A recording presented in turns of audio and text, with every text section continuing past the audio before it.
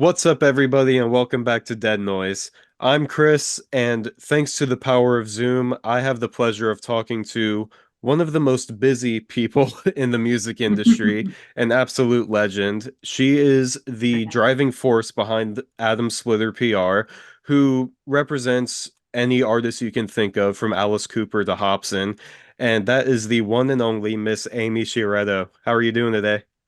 I'm great. How are you?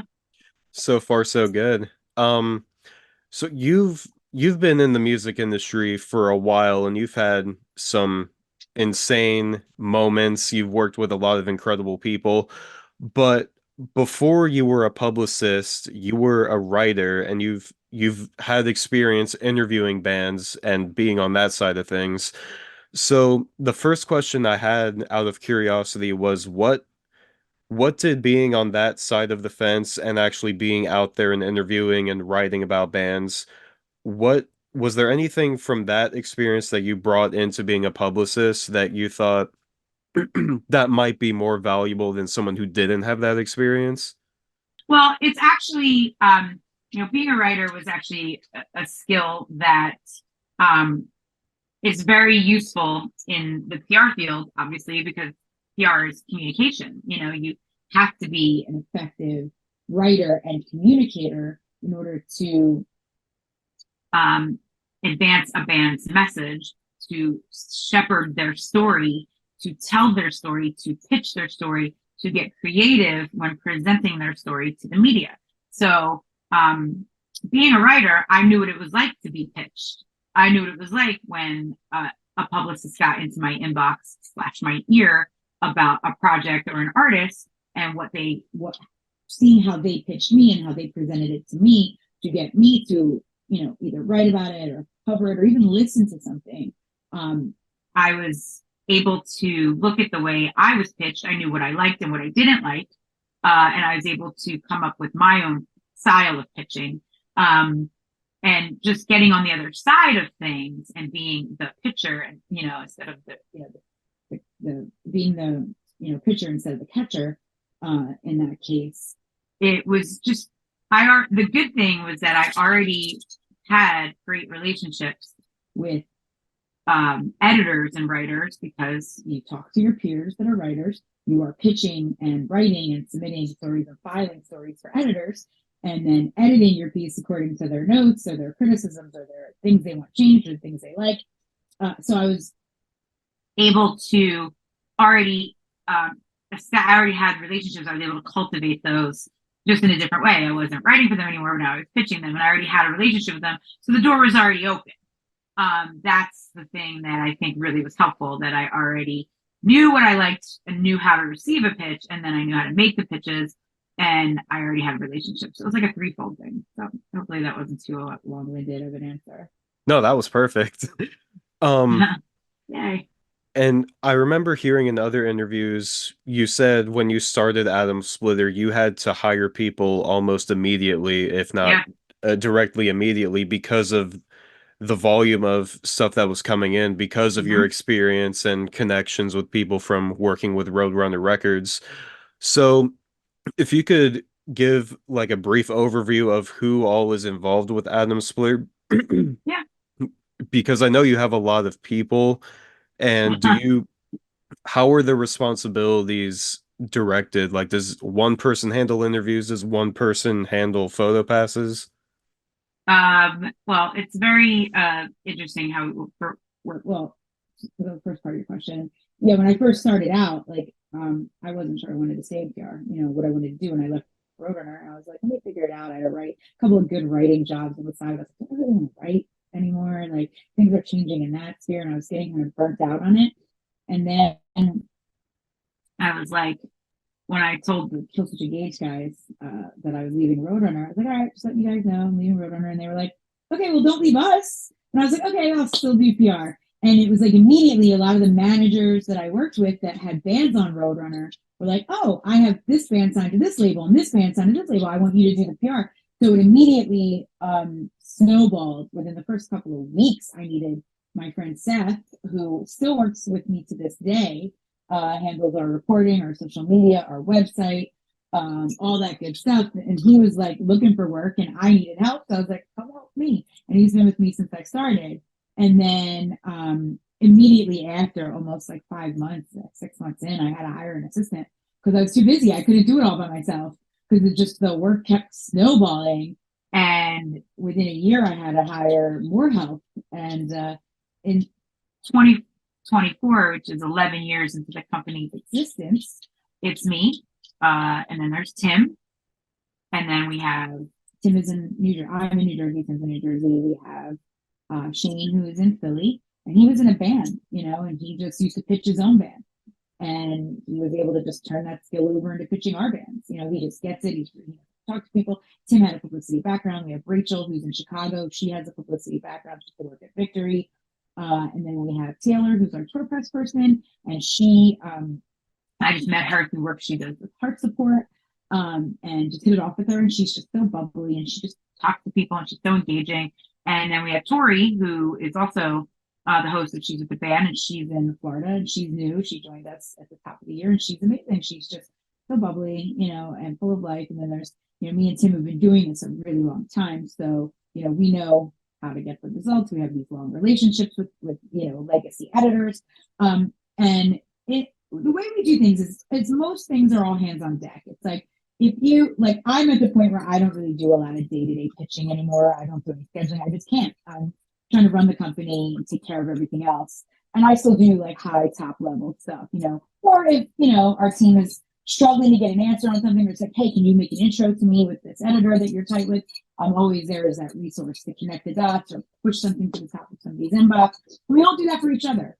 But it's mostly divided by Taylor does all the tour press, and it's mostly the other projects are just divided by who either has really loves it or gets the best results of a certain thing or has an affinity for something, or we just know or has good relationships for the type of press we're seeking out for this band.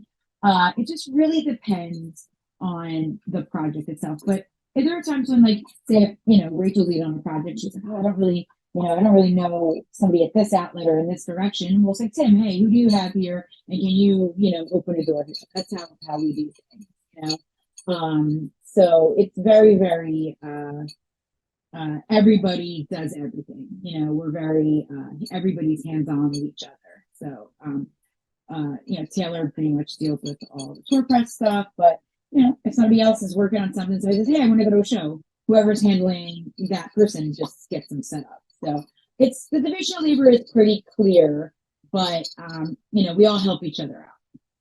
As far as the services that you provide with Adam Splitter, when when I look at your roster, I see a bunch of artists as well as record labels. So what's the difference between doing PR for a specific artist versus a whole record label? I like the retainer model because I get to work on a lot of projects. I get to really invest because I come from a record label background. I like to invest long term. Some goals that you might have on week 1, you're still working on week 52 because no press doesn't work on my clock. I wish it did. I'd probably be a lot less stressed out, but it doesn't work on my clock. I have to do things according to how the media is, their timeline. A lot of our projects are long-term and permanent. So we're working at from day one till they stop touring and then go into the studio for the next cycle. And I like that because as an independent business owner, I don't want to be like, okay, 3 months out and then have to chase another project and be like, what's going to replace this? When you're working on a retainer, it's just steady. I know that we're always going to be involved. We've always got a ton of work to do. We've always got mountains to move and things to get done. And it allows us to just really embed and invest with our clients that way. And also when you're working in that model, when you're like the in-house person basically for a label, as even when you're on retainer, it really allows you to be a part of the team and really execute a marketing plan, And now that it's the month of May and festival season is upon us, I know you've got all sorts of coverage with that. What are your responsibilities with events like that? Well, festivals, like I said, when I said, oh God, it's just because they're a lot of work, but in a good way. We have when we have multiple bands, we usually have like 5 or 6 bands playing per day. So we make sure that we invite all the media that's attending to come and watch their set. If the band's doing a press window, we schedule interviews, time and approval dependent from the managers. We'll set up interviews on site. We make sure that media is checking out the bands, or even just in the press area meeting the bands and getting to know them. It's a really good, those festivals are a very, very good way to just introduce your artists to like a lot of media, because a lot of media comes out and covers them because they get to see 25 bands over the course of a weekend, and that's like better than going to 25. I mean, I wouldn't mind going to 25 separate shows, but for a lot of people, who have a lot of other stuff going on, that's like really ideal for them. And I always say the best way to really see if what a band can do is by just seeing them live. Oh yeah, absolutely. See, as a hardcore fan of certain bands, I'm like, man, I'd rather just see them on their own tour because they get to play more. But then I Yeah, they see get a better festivals. set. Hmm. But then the appeal of a festival is that you get to see so many bands in one day. Yeah, and you might get introduced to bands that you never heard of. That's the best thing about them, I think. A lot of times we have people say, "Oh, I saw this artist at the festival, and now I'm really interested in covering them." So it's really just a good way to get your artist in front of a lot of eyeballs, including the fans. One thing I've heard you mention in interviews before, talking about like the scope of what PR is, you talk about it's coverage as much as it is not coverage, like not doing interviews, not providing Yeah, this sort of how you did access. your research. I try. No, I like it. So how do you determine what type of press to do and what not to do? Because you get a lot of people like me in this day and age where you can start anything up independently, but then you also have established press and like really high up people. So when it comes to like differentiating between the two, how do you go about discerning that? I tell people all the time when I talk about press, like, press is not just interviews. It's not just live reviews or album reviews. Like, press is like the interviews you turn down. The strategy of that is a lot of times an artist is very elusive, and it's like, look at like, sneakers that everybody wants. Oh, they're sold out, makes you want them even more. It's the same philosophy and principle can be applied. Everybody wants what they can't have. You're going to want that artist that only one person's getting an interview with them. And we do have some artists that do very limited press because it could be for a lot of reasons. Some might do limited press because they've been a band for 15 years and they've done everything and they just want to do very limited stuff. Or I've had some artists who have been like, the caliber of interviews are not as good as they used to be. So I'm going to do less. I don't want to be asked the same questions, or I don't want to be asked goofy questions for a 20-second TikTok clip that nobody's ever going to see again. It might go viral for a day. They want, a lot of artists, this is their art and they want to talk about it. And it doesn't have to be always like serious in a pretentious way, but they also can have a fun interview and have a conversation. So I think podcasts are doing so well because you have 45 minutes, you get a long range of topics, conversation is where you find these gems of information and answers that can lead to another line of questioning. You learn more, and it just the listener learns more.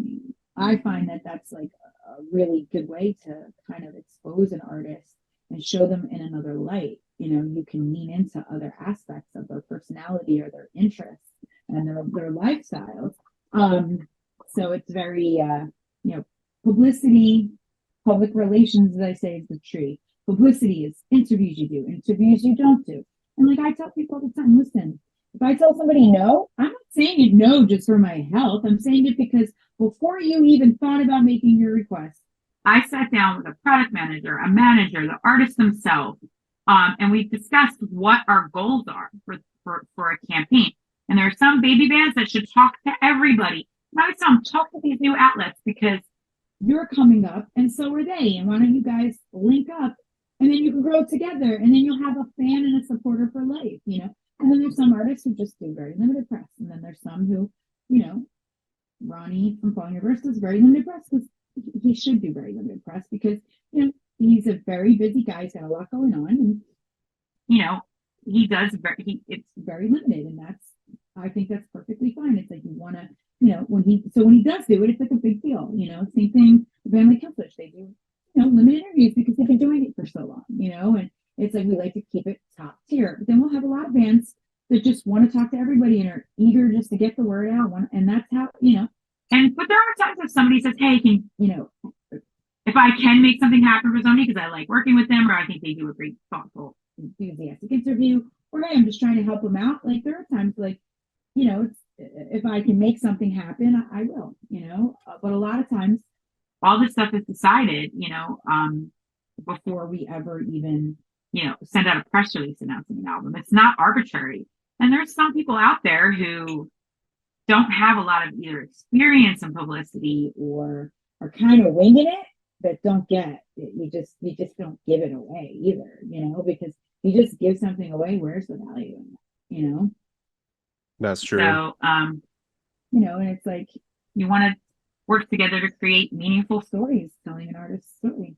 I'm glad you mentioned how it's kind of predetermined and it's not personal when you tell somebody no. Oh, never.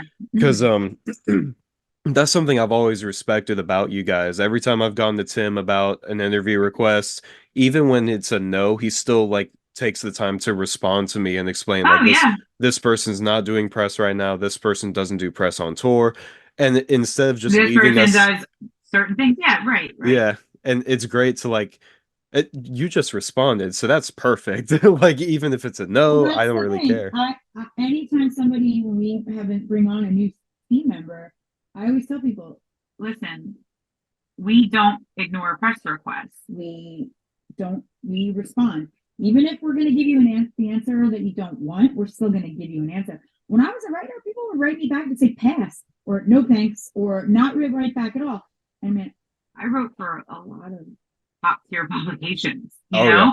So, and I never got offended. It was just, you know what I mean? And there were people who like, well, my website isn't launched yet. I'm working on it, but I want this top tier artist. I'm like, I can't set you up for something that doesn't exist. Mhm. And top tier artist is not here to make you get views. You have to build your thing and become the tastemaker yourself, and we'll help you get there. But that artist is a destination, not a starting point. And I always tell our team, we always respond to people and be nice. Be nice to somebody till they give you a reason not to be. I always respond to people, and our team. That's our ethos, because it's just, And the thing that sucks about it is that there are a lot of people out there who no is not a complete sentence, and they don't take no for an answer. Those are called punishers, and that's my favorite word ever. And we took time out of our day to tell you like no, but we still like, and then when you ask us for something else and we can make it happen, we're going to help you and work with you on that and cultivate something together. But when you tell people no and then they come back and try to like change their mind or go around you, and they don't think, like, we see it sometimes where I'll tell somebody no at something and then they'll ask somebody else on staff, or somebody on staff will tell them no, and then they come to me like, Mom, and I always copy them in and say, like, she already told me that she turned you down. You know what I mean? So like, we all communicate, and like, what people don't realize is a lot of times that bands will be like, oh yeah, just contact our publicist, and then I'll get an email that says, oh, the band says they want to do this interview and contact you, and I forwarded to the band. They said, we don't want to do that. Can you be the bad cop?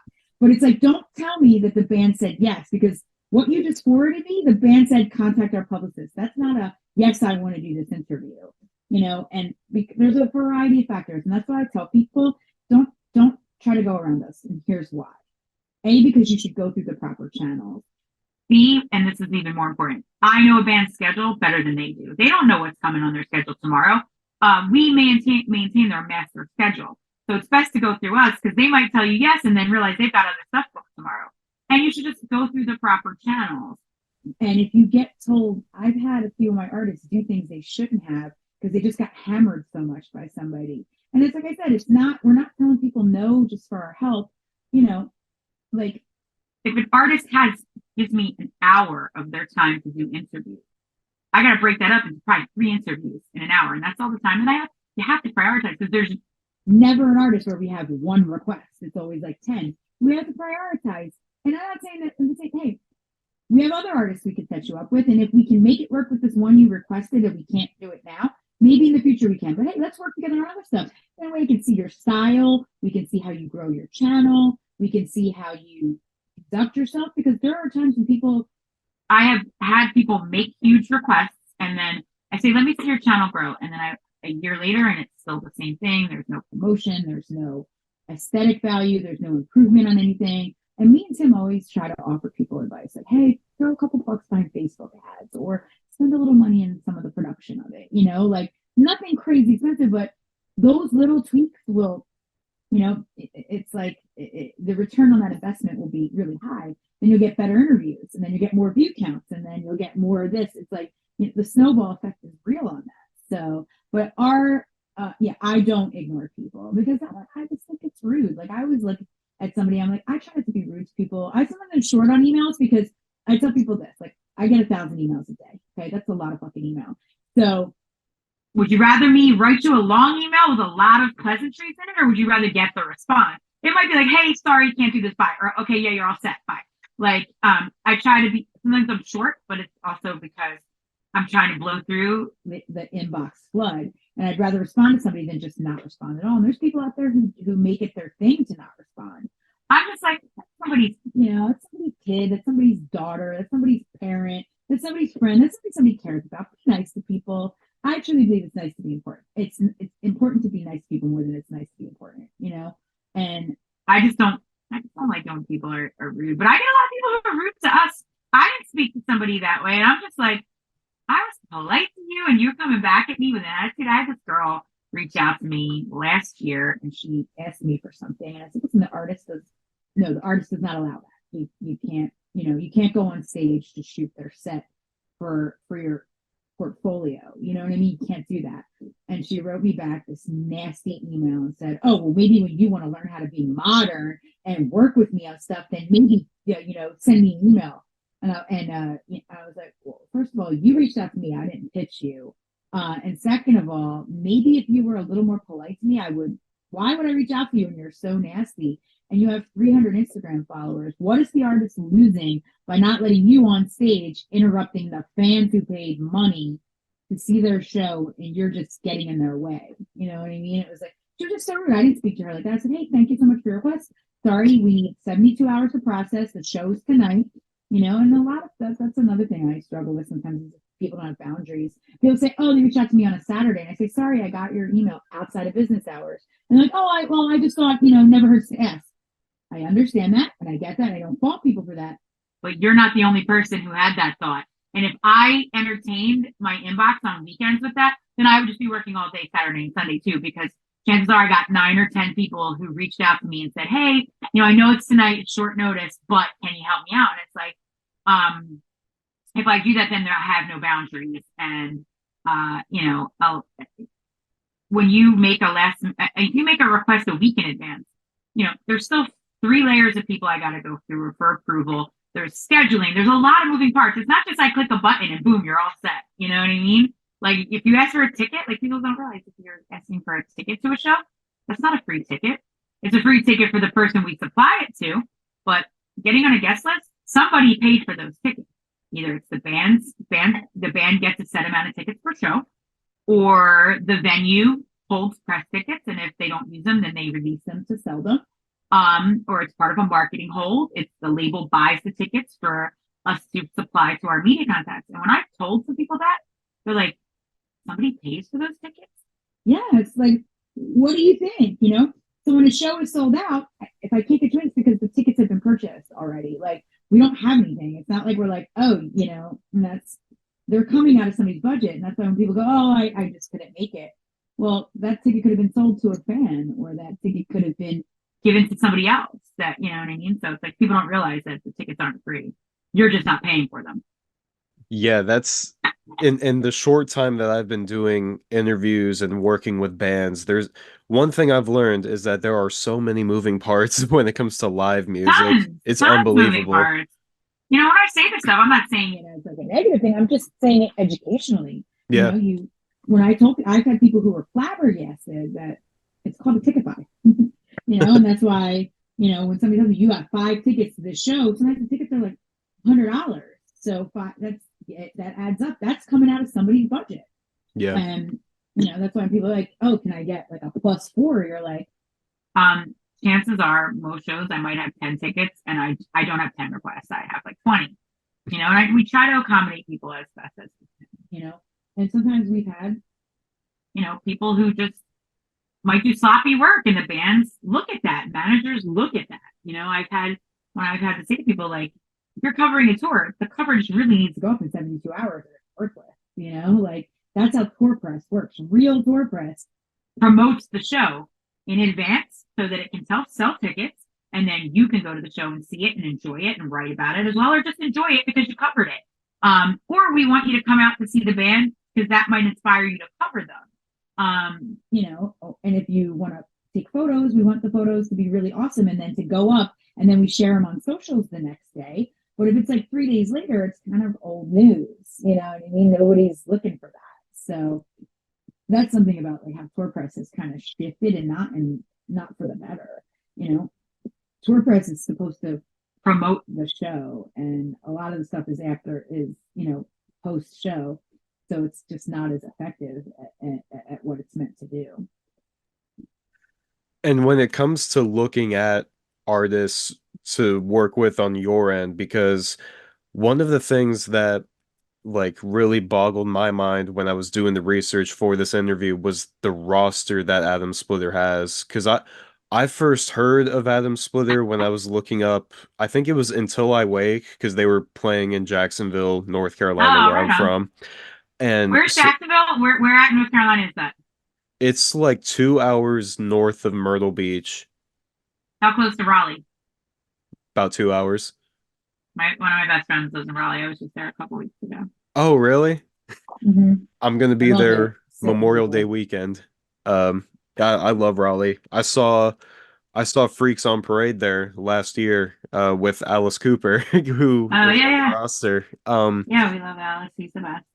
He's the GOAT. Like I've been a fan of his for so long. So when I saw his name was on the roster, I was shocked. And then I saw you had Hobson, who's like the best rapper in the game now, who's in my opinion. He's amazing. He's a very interesting human. But you also have like up and coming independent style artists like Post Profit and Mhm.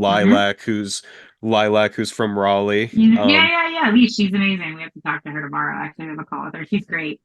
So when it comes to like looking for new artists to work with, what is that process like for you? Do you look like at local bands? I know you're in New York, so there's like a million local bands. Like what's the strategy? At this point, we really don't like seek out. Most of the bands come to us. We get about 10 emails a day for people inquiring about our services, sometimes indie. But most of the time, like I said, I prefer to work with, a managed band or a band that's signed to a label. Or it's managed by somebody I know or has come to me through a situation or a recommendation from someone that I know. And But sometimes we see things or something gets dropped in our lap. Usually, we work with this band Phil, and they're fucking awesome. They're just like, I would say it's like ignorant hardcore in the best possible way. And that came to us because we're friends with Lorenzo and Anthony, who managed them. Lorenzo used to be a Sworn Enemy. Anthony, who's in Newtown Concrete, longtime friends of mine, from my days as a writer. And I was like, of course we want to work with this band. They're so good. And a lot of that's how a lot of our stuff just comes from relationships that we have. We work with this band Sleep Theory. We have a couple Sleeps on our roster. We have Sleep Token, who's the pretty much the most transcendent artist of the last year, and it's just like an amazing. And it's funny. I was talking to somebody the other day about how a couple of media outlets, like bigger ones, are like, "I'm not ready to cover this yet," and I'm like, "Gosh!" And it's like you see all this stuff that's like, but it's all passive streams that you listen to in the background. But then if the artist like books a tour, they can't even sell like 100 tickets, And then I say all the time, like, okay, let's ignore Steve Token, who's actually saving lives, because go do a deep dive on the YouTube comments on live videos. And people are like, look at his hands at 3:02 into this video, or listen to how his voice is put through a vocoder and it's more emotional than an actual anybody else that I can hear sing. It's like, you can just feel that passion through the comments and what people are connecting with. And it's like, we also, I was earlier mentioning Sleep Theory. That's a band we started with, like, was buzzing at radio. Everybody thought it was an industry plant. Everybody thought it wasn't real. And we were like, our job is to prove to people this is organic and just build, build, build. And me and Tim were like, we started out with it and we were just asking everybody we could to cover it, every favor that we could. Anybody who would talk to them, they talked to. And then it starts turning, the tide turns a little. Then it was us asking people to cover them and then asking them, following up 3 and 4 times and then getting to it. And then it became, we reach out and they immediately say yes. And now it's people coming to us. It's completely, it caused that kind of 180 shift. And now we pitch people and we get an instant yes, because the band has built itself up through great touring, a great label, a great manager, great songs. And, good dudes. And, it's just one of those projects that I'm like stoked to be a part of because when we got handed it, it was like this little baby zygote. And now we're looking at it. Me and Tim are like, that's going to be it's going to pop. That's the one we feel like this year and next is going to really pop. Oh, for sure. It's like, just as a fan, seeing their success has been incredible. And same with bands like Dayseeker, Motionless in White. I mean, Motionless has always been big, but I think their last album cycle really shot them into the stratosphere. It just went to, they totally like, it's great songs. Chris has a great look. They're awesome live. They really just, they have the whole package. The songs are so good. And, I was just saying, like, they're like, it's just like, it's like so palatable, but still got that edge to it. And who did you say? Oh, Dayseeker. That's another one. I always am posting on my Facebook about it. I'm just like, Dayseeker is like a quietly gigantic band. Like, they stream huge. All of the tours are all sold out. The songs are there. And it's funny because I always say, it's like when my friends that aren't in the music business, when they tell me about a band that they, that's how I know it's real and on the ground. And my one friend Chad, he always used to be like that about Fairtooth. And now I posted something about Dayseeker the other day. And he's like, oh, I love this, and it's all about Rory. But I was like, when he mentioned it to me, I know it's really hit the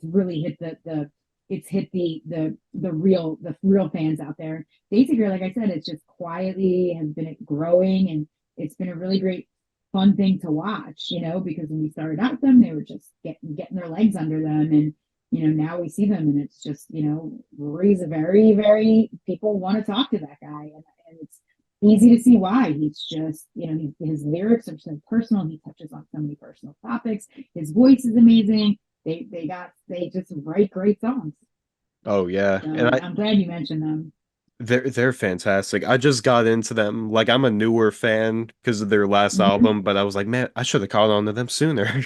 No, that's like, we've been working on getting people to catch on to them for forever, and in a good way, you know what I mean? And it's work. And it's like, it's so great to be a part of and to watch that, you know what I mean? Because we've been wanting to see that happen for so long, and it is, they've deserved it. They've earned it. The band has earned it by going out there, by touring, by just being, who they are. Yeah, I feel like as a local fan who's kind of biased, I keep telling people that Lilac's the next band to blow up because I was at their first show of the year back in late January, early February, and they played a bunch of like new songs that weren't out yet, and I was like, how is this not on Octane right now? I was so impressed by their show. I think they'll get there, you know what I mean? Like, it just takes time. Like, Lisa's charismatic, she's got a great look, great sound. It just takes time. As a fan, I really want to ask you this. This is completely off topic, but how many shows of the Creed reunion tour are you going to? Oh my God, look, I am a non-ironic fan of Creed. And people it's like all these people now are like, oh, I love Creed. Where were you guys at Madison Square Garden in 2000 when I was there? I love them. I've always loved them. I don't care what people say. Mark Tremonti is a beautiful guitarist. Go listen to Are You Ready? And the guitar, it sounds like it's got that Middle Eastern kind of flavor to it. It's like that guy I don't think he gets the respect that he deserves as a great guitarist. And I love them personally. plan to go to 3 shows. I want to go to 2 in Jersey, and I might go to another one. But I can't wait. And I wear my Creed shirts unironically. And it's like so many people are like, oh, Creed, Creed, Creed. I'm like, I have always been an unapologetic, non-ironic fan of Creed. I think that, look, I used to tell people all the time, and I was the biggest snob about music. I like to gatekeep some of my stuff because, like, in college, all my friends were listening to like what was on the radio, and I was listening to what was on college radio. And the thing about Creed is like they don't sell that many million albums by writing shitty songs. Like there's something there that's speaking to people. And I just, like I said, people say stuff about Scott Stapp, but I can fucking sing. And I just, like I said, I love them. The songs, they're my guilty pleasure, and I am not ashamed. I am a proud Creed fan. I couldn't have said and it better I love myself. them since My Own Prison. My Own Prison? Not even on like how people kind of consider that a religious song. I don't. That song, when you are feeling like fucking shit, that song, you're just like, man, I get it. Somebody out there got it, And it doesn't matter that it's Scott Stapp or Mark Mine, whoever. I just think those guys get a lot of shit, and I think they're a really good band. I've always liked them.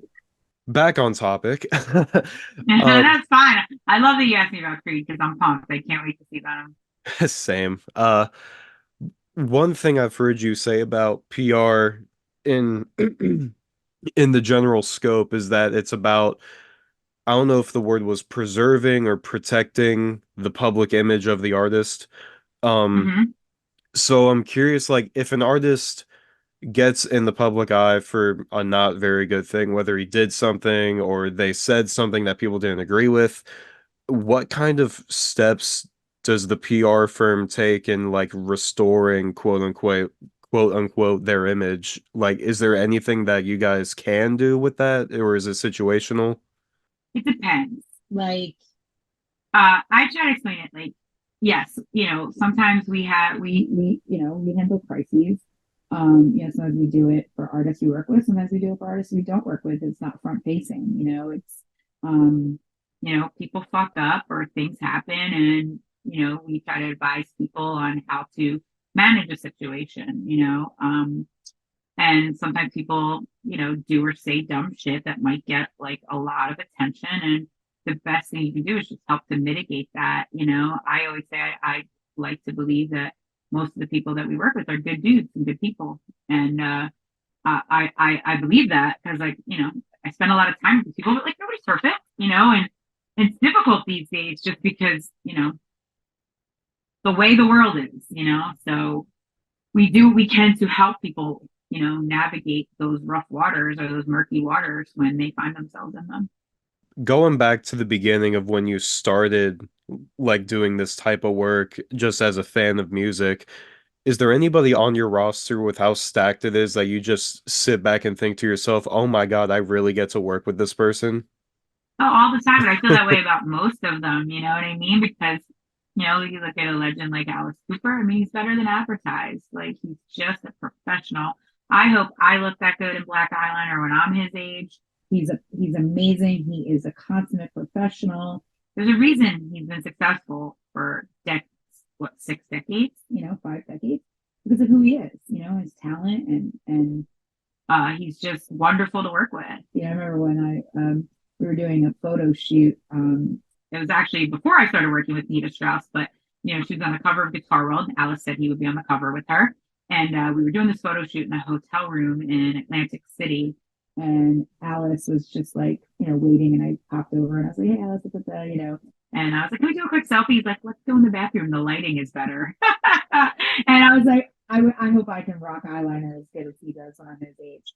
But he's just great, and I've been working with Killswitch Engage since the very beginning. I worked with Slipknot for so long. We work with just so many great bands. We're just very blessed, to be a part of telling their story. Because I know when I was, in high school and I was finding bands that I love, somebody did work to get that in front of me. And I'm glad to be the person that helps do that now. And it's to help these artists tell their stories. Yeah, and you guys do a really good job of it. I'm not just saying that because I'm talking to you right now, but I know you're not just blowing me up.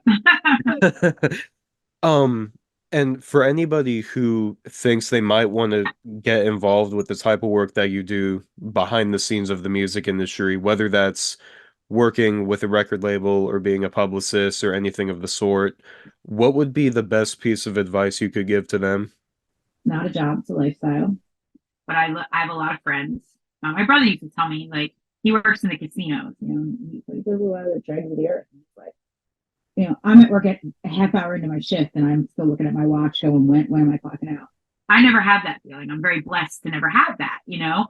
Um, I may not, I may deal with Text messages at 2 in the morning that or 11 at night, you know, that I'm like, oh, deal with something. PhotoPass got fucked up, or the tour manager is not getting back to the interviewer, or the photo shoot's getting canceled last minute and I have to cancel the studio so we don't incur a fee. But, you know, but I never have to go to happy hour after work because I'm like, I fucking hate my job. Never. I never feel that way. I'm very blessed. I don't take for granted that I love what I do. So I tell people, just know going into it that it's a lifestyle, not a job.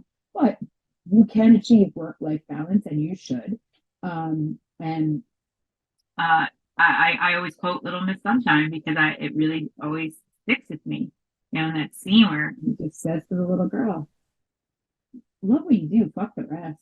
You know, that's really if you love what you do, it's like 50% of your day is going to be good. You know, I'm very lucky I knew what I wanted to do at very young. So, and I love it. I love what what is it, the Oasis lyric?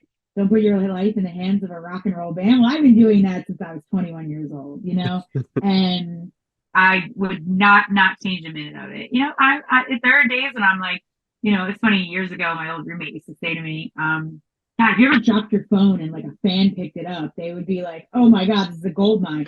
Because there's every band member in there, you know, like everybody's phone number is in there.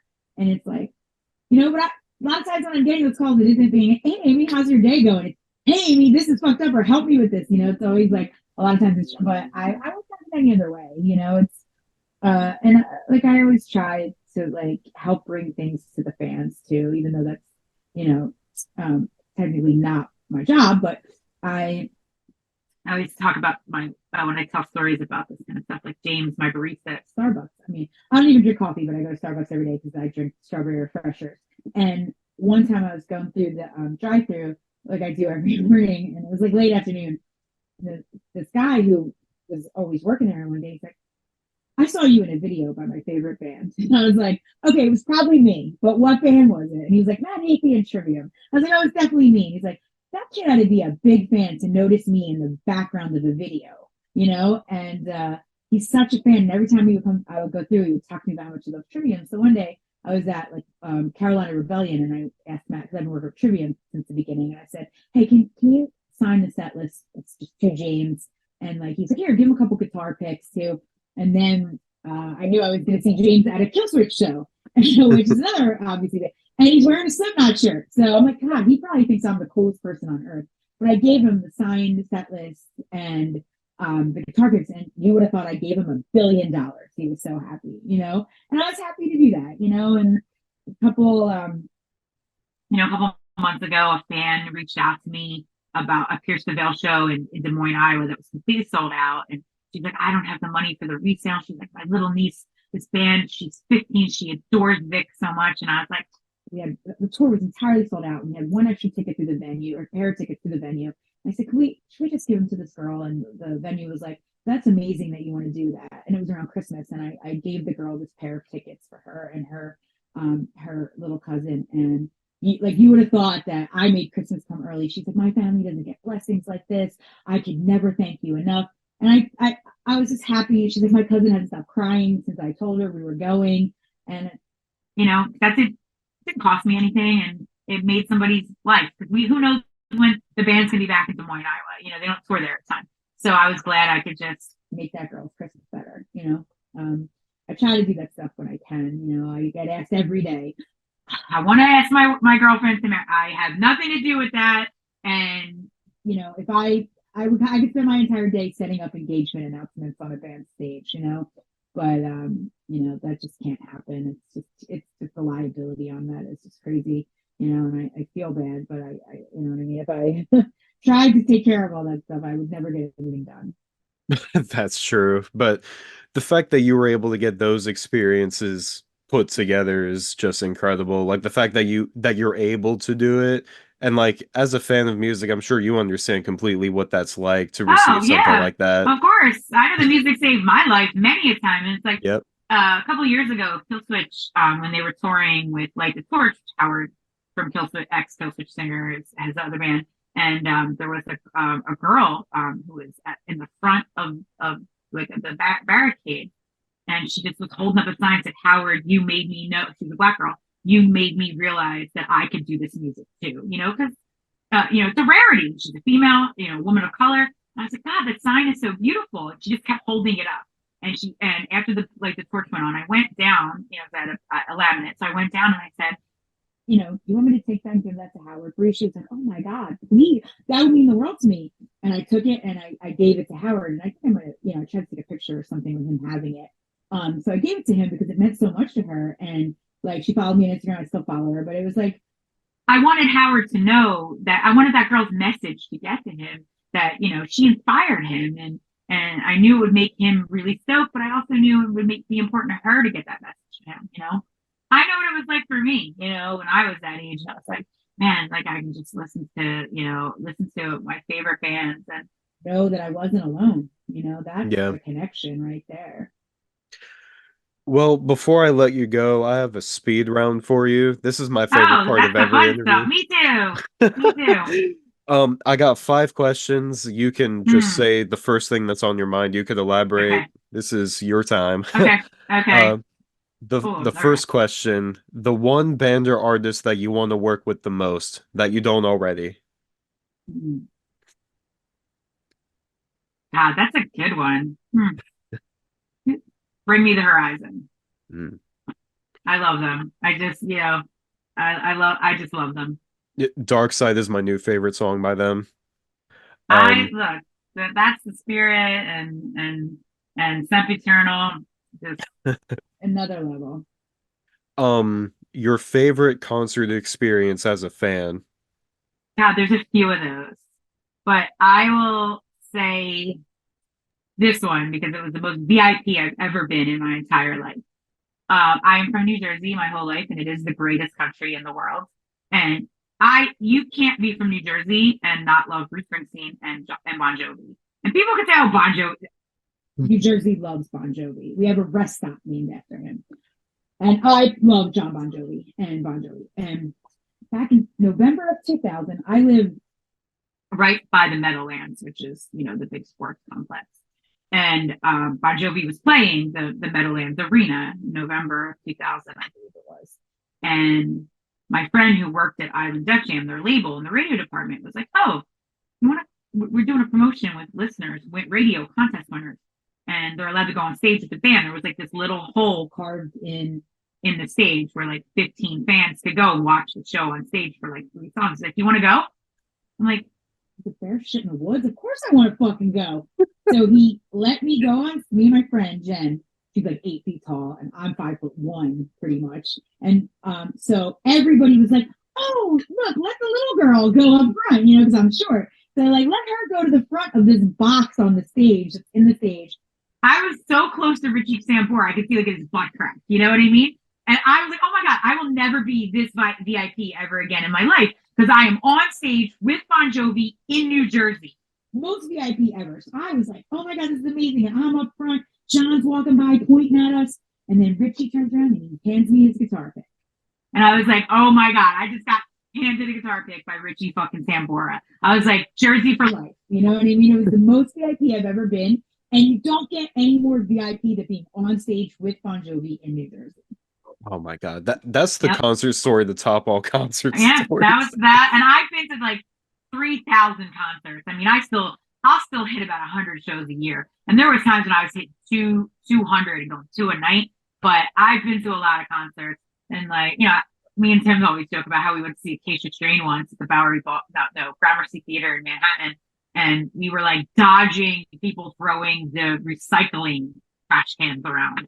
But yeah, that Bon Jovi was the best. Um, A mistake you made early on in your career that turned out to be the most valuable learning experience. Oh goodness. I wouldn't say it was a mistake. It was a difficult choice that I had to make. Hmm. When my first job out of college was CMJ, I was the metal editor at CMJ, and it was a great job. I was the nerve center. It was a trade paper, so I was the nerve center for the hard rock radio community at that job. So I was, pretty much the the nerve center for it, and it was the greatest job. I loved it. I was writing about metal. I was going to every single show. It was, I loved it, but it was my first job out of college. It was not meant to be my lifelong job, and I had several offers throughout the 3 years I worked there to leave. And I struggled a few times. And Roadrunner had offered me a job twice, and I said no twice. And they were like, "Yeah, we're never asking you for a job again." And then when I eventually took the job there, it was a very difficult transition for me because I loved my job at CMJ so much, but it was a definitive career change for me by doing that. And Atlas wouldn't exist if I didn't do that. So That's true. One thing about the music industry that you wish you could change. One thing I do miss is I still wish people were very people had that new music consumers place a little more value on artwork and stuff like that, and reading liner notes. That was I used to find bands I love by reading liner notes. I feel like even though I don't really need the physical product anymore either because it takes up space, I just miss those. I always tell a story, when I was in high school, my high school / college boyfriend Tom, we were just we would go to see Tool on Valentine's Day. We would go see Butthole Surfers or Sick of It All. We were just true music fans. And I remember when Life of Agony's Ugly came out, I remember I said to him, did you get it on cassette or CD? Because CDs were kind of new at that time. And he was like, I got it on cassette. And I was like, why? Because sometimes we couldn't decide whether we would buy a cassette or CD. And he's like, because he had a cassette player in his car. Because I wanted to listen to it on the drive home. It was I didn't want to wait. I wanted to listen to it right away. And that's just the true music passion there. But I was like, I can't wait for us to read the lyrics and see who they thank in the liner notes. So that's something that I miss about just music in general. But music industry, there's a lot of things to change about that. Sometimes people fail upwards, and that's always okay. And you've written a few liner notes too, haven't you? Yes, I did liner. God, you really are well researched. That bodes well because I was going to say to Tim and Rachel and Shane and Taylor and Tori, that you really do your research. So putting you in front of one of our bands is a good idea. I did the liner notes for one of my favorite albums of all time, which was Glass Everything You Ever Wanted to Know About Silence. And I also did liner notes, I think, for the reissue of the Brad records, Stone Gossard from Pearl Jam. And I think I've done a couple more. But the Glass ones were my favorites to do because I could contextualize that record because I loved it so much. I lived it, I worked on it, and I watched how the band kind of had shifted and how the sound was shifting at that period and how their place in that scene was. It was just so unique and different. And it was really fun to do those. And just with my love for that record. And the last question, the most rewarding moment of your career so far? Oh gosh, there's too many of those, but I had a feeling. One of the most, I reference this one a lot, Slipknot having a #1 record with All Hope Is Gone and playing a sold out show at Madison Square Garden. Working on that show was one of the greatest experiences of my life. I have a lot of great memories with Slipknot and Corey Taylor and Clown and Joey, rest in peace. I would say the hardest day of my career ever was when Paul Gray died. That was really fucking hard.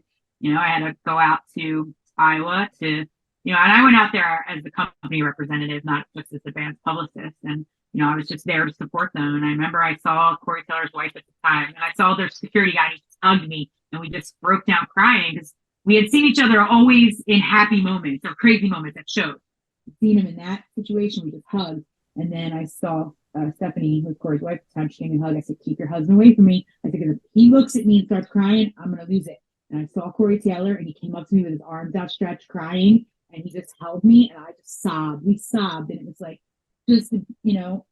that was we lost a family member that day, and that was the hardest day of my career ever.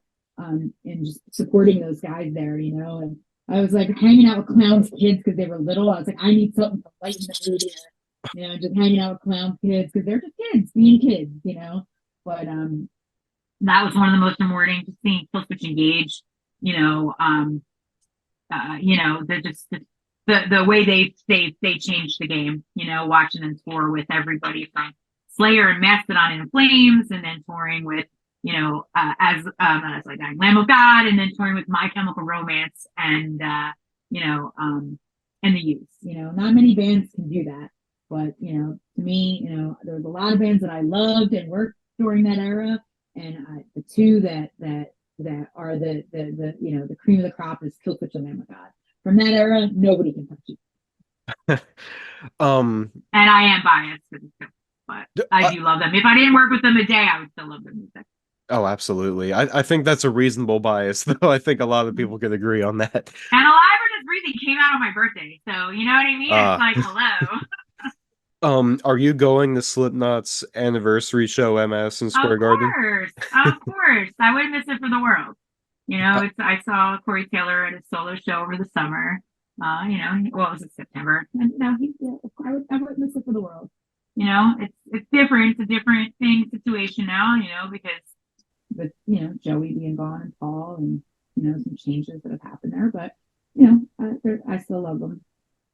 Yeah, and it's a celebration, right? I mean, it's 25 years of Slipknot. That's insane. Yeah, I mean, like I said, some of the best memories of my career. Some of it printable, some of it not. Just because it was just crazy fun shit and craziness, but they definitely were a big, impactful part of my life. Yeah, I mean that's rock and roll, right? It's rock and roll. It's supposed to be fun. If it's not, we're doing something wrong. Exactly. Well, that was everything I had for you. Were there any other words of advice or any closing message about what Atom Splitter's got in the works, anything like that? Well, we have a lot of great things going on. We have this awesome I Prevail Hailstorm tour coming up this summer. We have a great Hatebreed anniversary tour. They're some of my favorites. Wage War. Those guys have just been, strength to strength to strength. We have, Falling in Reverse has always got great things going on. Day to Remember is going to be touring. We have just a lot of great stuff. There's a lot, and I think with your roster, it probably gets hard to keep track of too. No, I mean, like that's what making lists are for. But it's just like it's like you compartmentalize things because you're like, I got to take care of this, and this, and we have things that we're building. Like we have this really new band that we haven't announced yet, but we think big things are going to happen for them.